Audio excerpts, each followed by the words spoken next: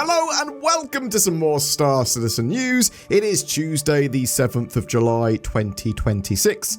Alpha 4.9 continues to make its way through its PTU journey to live. There's an interesting little friend that's going to be turning up maybe later today.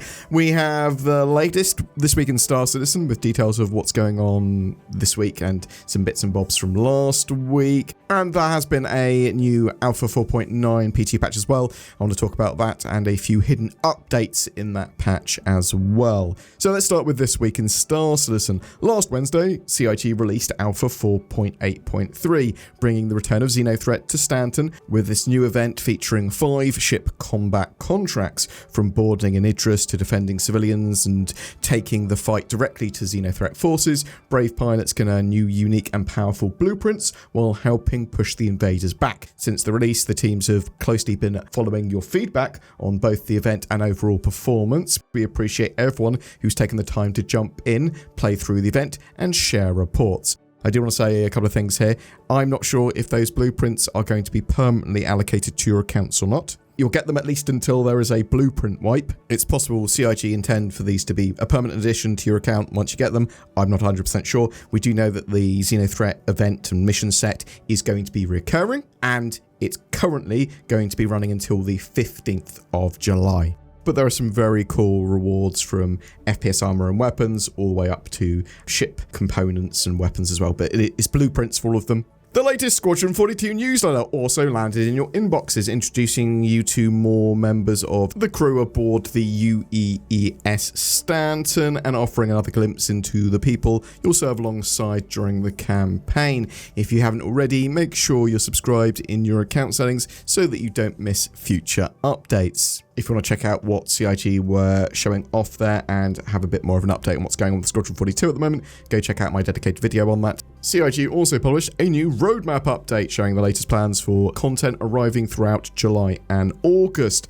The corresponding roadmap update also gave an update on our ongoing initiative to improve the overall Star Citizen experience. Following Alpha 4.8, we refined how we prioritize bug fixing, bringing together teams across development, QA, player experience, community, and senior leadership to focus on the issues that have the greatest impact on everyday gameplay. We're giving the teams additional time to validate the underlying technology for 4.10 and beyond, while 4.9 focuses on stability, quality of life improvements, and foundational fixes. So I've mentioned it a few times before, but the headline features of 4.9 have been pushed by a month. So this is Siege of Orison, the Super Heavy Armor instancing, quantum travel updates, or at least for fuel and that sort of stuff like that. That's been pushed by a month to mid-August. Again, with that, I've got a couple of videos going over all of those patches all the way up to Alpha 4.11 and expectations for that on my channel. Go check those out. We also published the June 2026 Persistent Universe Monthly Report, offering a behind-the-scenes look at the work the teams have been tackling over the past month. Lots of ship updates here, from the Galaxy to the Kraken. We learned that there's a load of new ships that they're working on, from a fighter to a new Xi'an ship. Let's take a look at what's coming up later this week. Later today, potentially even by the time you see this video, voluntary RSI subscribers can look forward to the July subscriber comlink and newsletter, bringing the latest exclusive content and a cool new friend. I believe that this is going to be the little emoji bot thing that CIG have been teasing. I think you put it on the surface of your ship and it will emote based on when you move past it, when you interact with it, or when your ship gets shot at or whatever. A lot of these RSI subscriber items will get added to the loot pool in game and will be available in different versions without you having to spend real money or without you having to subscribe. But if you want these items, go take a look. Next Tuesday, we should be getting a monthly store bundle. I actually suspect that CIG will switch the July and August one around here, because the one they would have originally wanted to put in would have probably been Siege or Orison related. Then on Thursday, the 9th of July, there's an Inside Star Citizen that's returning with a patch report for Alpha 4.9. Join the developers as they take a closer look at the upcoming release, highlight some of the biggest additions there, and discuss the improvements and gameplay changes arriving with the next update. This is going to be heralding what I would expect Alpha 4.9 going live next week. Hopefully we'll see some extra little hidden features revealed here as well. Typically CIG will put a patch watch post up as well, talking about some of that stuff. And talking about Alpha 4.9, we've had a new PTU patch, but I want to talk about some of the other hidden updates here as well. The latest testing focus is still stability, bug fixing, and long-term persistence between those patches.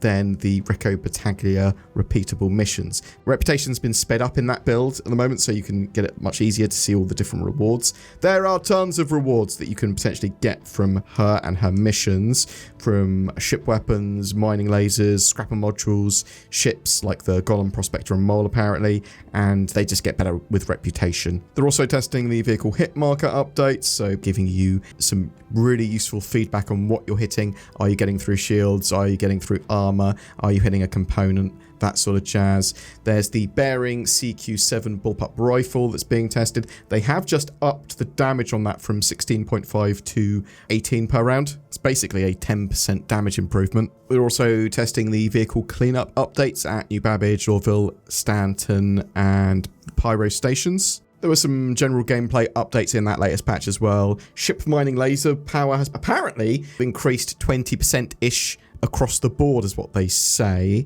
This only appears to be affecting size 1 and size 2 mining lasers at the moment, so bear that in mind. The Bearing CQ7 bullpup and ammo have been added to shops across the verse. Tractor beams can now be used inside armistice zones at distribution centres. I believe there's some additional work going into distribution centres to allow some instantized content and missions there in the near future, but we'll have to wait and see if that's just a rumour or not. Ship attenuation and flyby audio playback rules have been adjusted across all ships for better audio fall-off at range, along with flyby audio mix polish.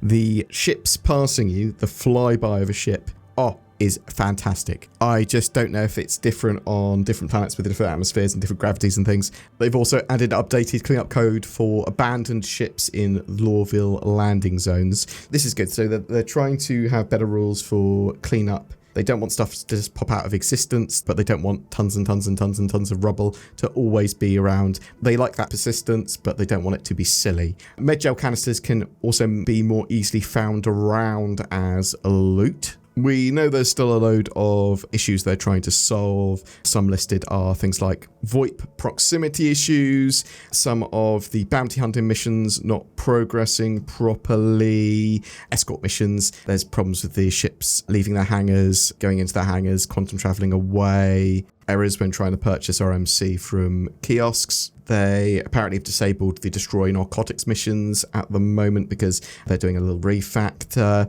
I've just seen that here in the notes it says the Grays Basher has had its fuel capacity reduced from 100 SCU to 1.3 SCU, same as the Buccaneer. Now, as far as I'm aware, I've not seen the Basher in the actual game files or available to fly. I've not seen it beyond the teaser that we saw in the newsletter. Hopefully that will turn up soon for us to test. Maybe it's built around the chassis of a Buccaneer, but I suppose it could just have the fuel tanks from one. The leading expectations for what chassis it's built around is the Mustang and the Aurora, but we'll have to wait and see. Could be a lot of different things. Boom! That's it for your Star Citizen content today. Well, maybe it's not. Maybe I'll make another video. Who knows? But I would love to hear from you in the comments below if you've been playing Alpha 4.9, what you think of that patch. What do you think of CIG's decision to push the Siege of Orison and some of those headline features back a month to 4.10 in August? Are you expecting 4.9 to be released next week? What do you think the Grays Market Basher is? Other than leaving comments down below, you should also potentially have a look at the affiliate links we've got down below. That was me trying to say the word below there at the end. What you want to do, well, what you might want to do is click on NordVPN.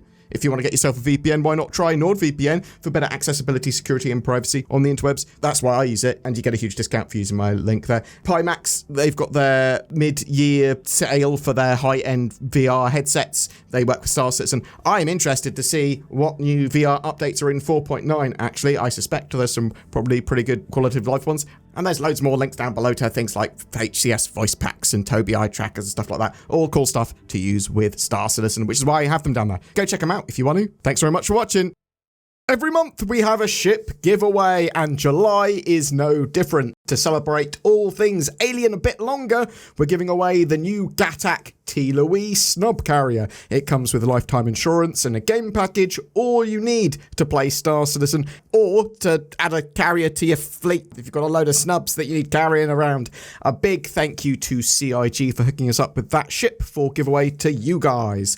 All you need to do to get involved in that giveaway is comment on any of my videos made during July 2026. Each video you comment on is another entry, but commenting on the same video multiple times won't get you additional entries, but commenting on different videos will, if you see what I mean. All details are in the video description below. The winner will be announced at the start of August. A special thank you to my channel members and Patreons. You've gone the extra mile to help support the channel that allows us to make daily content. But even if you have not joined their illustrious ranks, you can help by commenting, sharing, subscribing, liking, dinging the bell, any of that. That helps loads. Thank you so much for watching. If you've got any comments about what videos you want to see next and all that sort of jazz, tell us in the comments below as well. Thank you so much. You have a great July.